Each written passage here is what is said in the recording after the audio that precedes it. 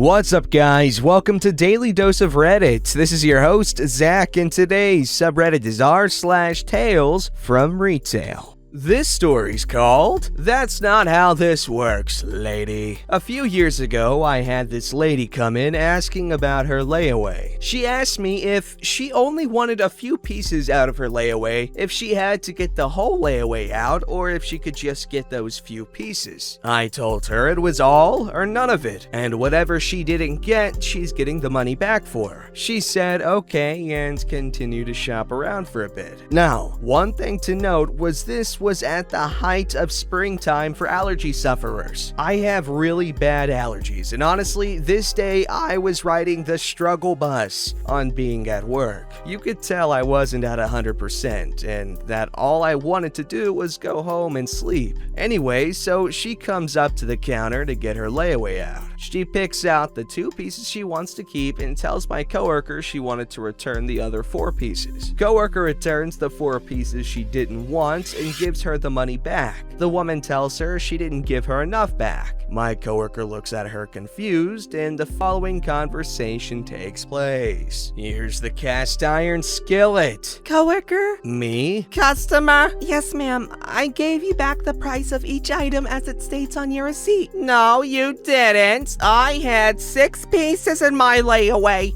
You still owe me for the other 2 pieces. No, ma'am. You kept those 2 pieces, so you don't get the money back for them. Let me speak with your manager. What's going on? She wants her money back for her layaway. She had 6 pieces in the layaway. She paid for the full layaway. Only way to get her pieces out at the time. We ran off a very outdated system. And returned 4 of the 6 pieces. See? She shows me the receipts. Ma'am, the math is correct. The register isn't gonna mess something up like that. You started with 6 items, decided you wanted to return 4 items, and keep 2 items, which are in your bag. You can't get money back for the full layaway unless you return the 2 items you kept. You want understanding? Yes, I am. It's simple math. I grabbed the 4 items she didn't want and pulled the 2 out of her bag and set them on top of her bag. Now, you started out with these 6 items, right? Yes. And they totaled to X hundred XDX dollars and XDX cents. You decided not to get these 4 items, so you returned them for, and I add the prices up plus tax, XDX dollars and XDX cents. That's right. Okay, so why would you think we owe you for these 2 items you're keeping? You don't get it.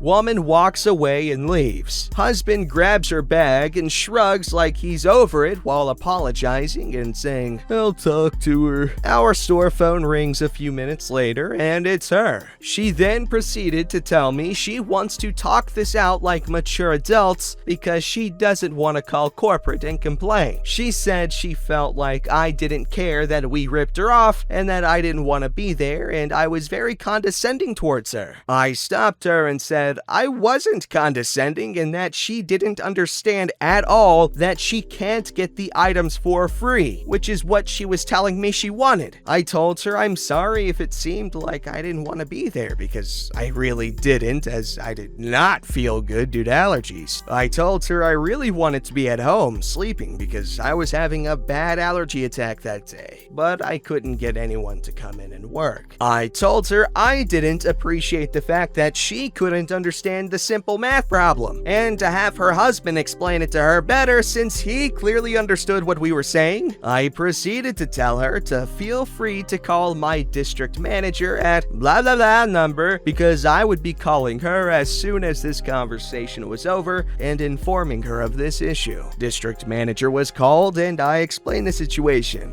District manager could tell just by talking to me on the phone that I didn't feel good. I had worked for her for a few years by this point. I faxed her the receipt information so she could look at it all. The lady called her 30 minutes later, and district manager told her the same exact thing. District manager calls me after the conversation and tells me to go home and get some rest once so-and-so from another store gets there in 15 minutes.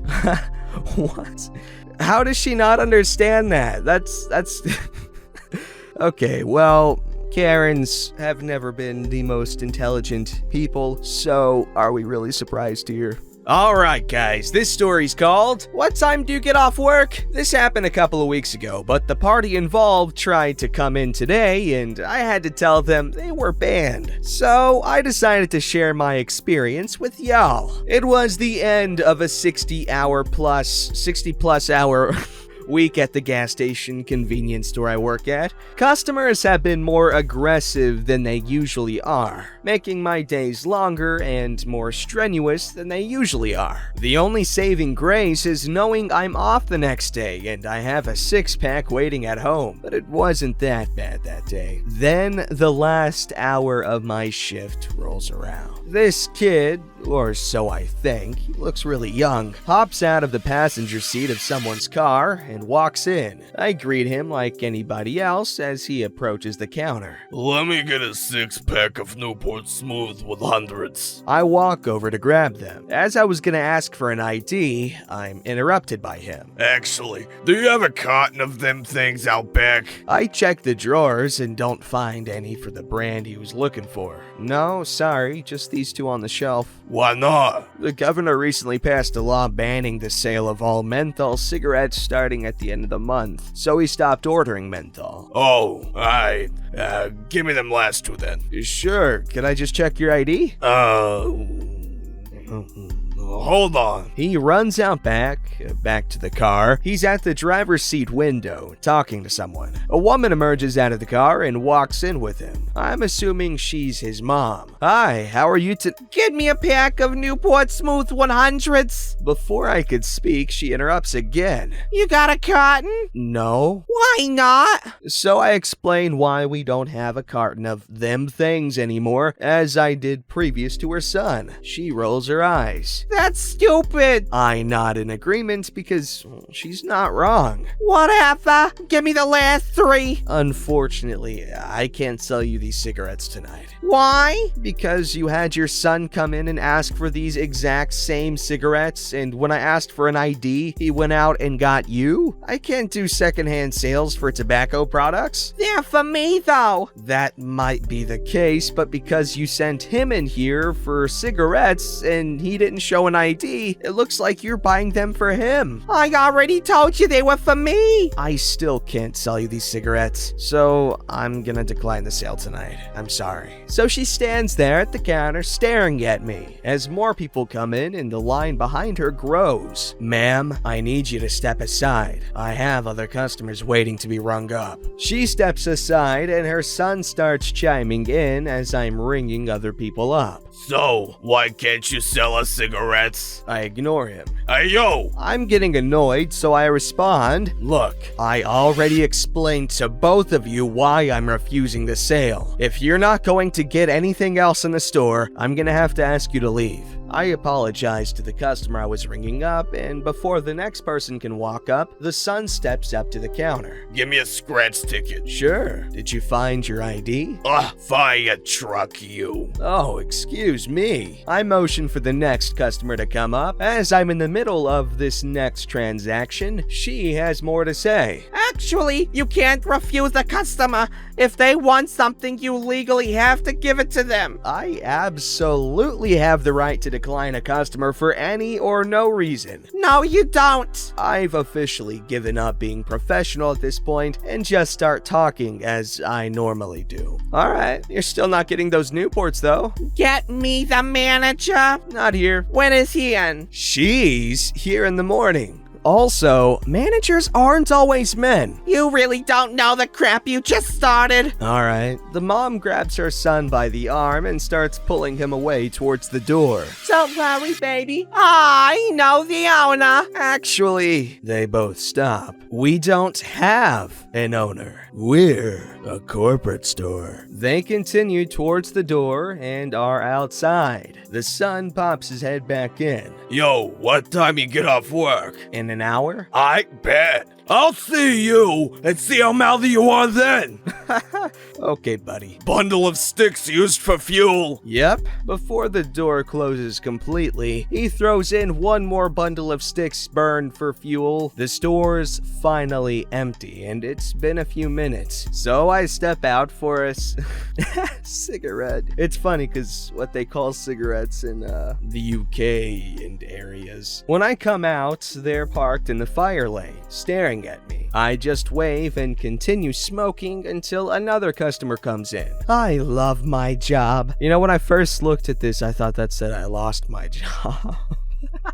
That'd have been funny. I mean, no, that would have been bad, but like a twist ending. Anyway, this kid just tried to buy some cigarettes. That's funny. But anyway, Tobacco is foul. all right, this story's called Never Assume What Languages a Person Can or Cannot Speak. So this is an old story for me. Happened back in 2008, when I was a young, intrepid stock person at a big box all-purpose store, including a grocery section. I had a working knowledge of where pretty much everything was in the store because I was all over the place, but the grocery department had its own stock team specifically, so I wasn't as knowledgeable there. Now, two things to note here. I am of Lebanese descent, and I was working in South Florida at the time. For those that don't know, South Florida has a significant Cuban population, but not so much Middle Eastern folks. I got confused for Cuban all the time because I had the darker skin tone, similar to a lot of Cuban folks. I also speak fluent English, Arabic, and French, but I was born and raised in the Midwest, so my accent gives no indication that I might be of Middle Eastern heritage. On this fine afternoon, I was wheeling back an empty tub back to the stockroom after having emptied out one department over. Walking through the main aisle next to the grocery, I hear an "Excuse me," not rude, but definitely not polite either. I turn around to find the Arab equivalent of a Karen, so let's call her Khadija. Pronounced, we're not gonna do that, Khadija. Khadija is a 30-something looking woman wearing yoga pants and a skin-tight shirt and a really fancy hijab and jewelry. Because that makes sense.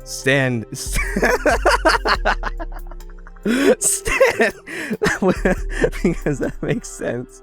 Standing with their husband. I grew up in a predominantly Lebanese community in southeast Michigan, so I definitely know the type. The conversation goes as follows. How can I help you, miss? I'm looking for specific item, but I can't find it. Oh, I'm sorry. I'm not as familiar with the grocery section, so I'm not sure where that is. Let me grab one of my colleagues for you. One moment. I could see one of the other customer service guys in the grocery section, so I radioed him to come over and help her out. He'll be with you shortly, miss. Thank you, but I'm in a hurry. I thought you worked there and knew your store. I'm sorry, miss. I don't really work in this section. Colleague is coming right down the aisle now. Khadija to her husband in Arabic. They always get these stupid kids to work in these places, but they don't know how to do their job. This fatso doesn't know his head from his ass. The husband gave Khadija a look, probably because he saw my expression turn from my customer service smile to a frown. I had an internal debate about what to do next when her husband spoke. Stop talking. I think he understood what you said.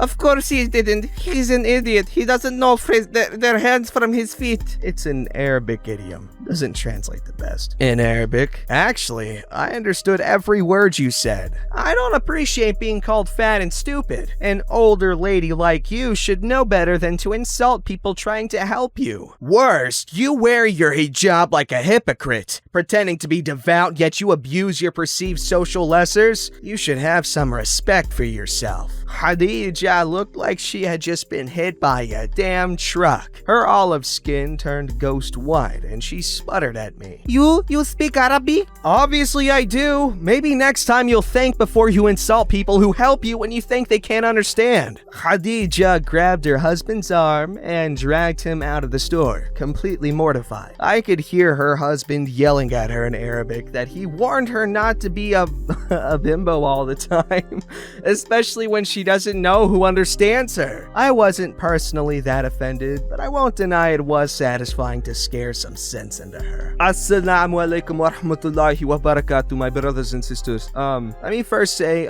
don't assume when someone's wearing a hijab that they're like extra pious or something, because that's the sort of stereotype that actually a lot of hijabis don't 100% appreciate. And I've heard that, having known plenty. So just a little note. Also, this is a really cool story. How does this guy know so many languages? I mean, obviously you learn languages if you try to, but that's a lot of work and very, very impressive. And I just love stories of people assuming someone else doesn't know a language and then they just whip it out like, oh, woman, I'm fluent. And it's great. It's great. All right, this story's called I Don't Believe That Product Exists. Update! I'm the idiot. Commenters below are in fact correct, and the sugar is eaten up during fermentation. Many rums have added sugar or caramel for color. However, wow, thank you. I don't know. That's out of context completely. Why would you put that at the top? First time post, this interaction happened several years ago at a terrible liquor store I used to work for. The cast. There's OP, which is me. Coworker. My coworker, misinformed customer, is about halfway through my shift and I'm just settling down to eat my lunch. I get a few bites in when coworker comes into the back. She's 19, legal age to purchase and sell alcohol where I live, and hasn't been here long. And while she soaks up knowledge like a sponge, has a lot more to learn about the product. Hey, OP,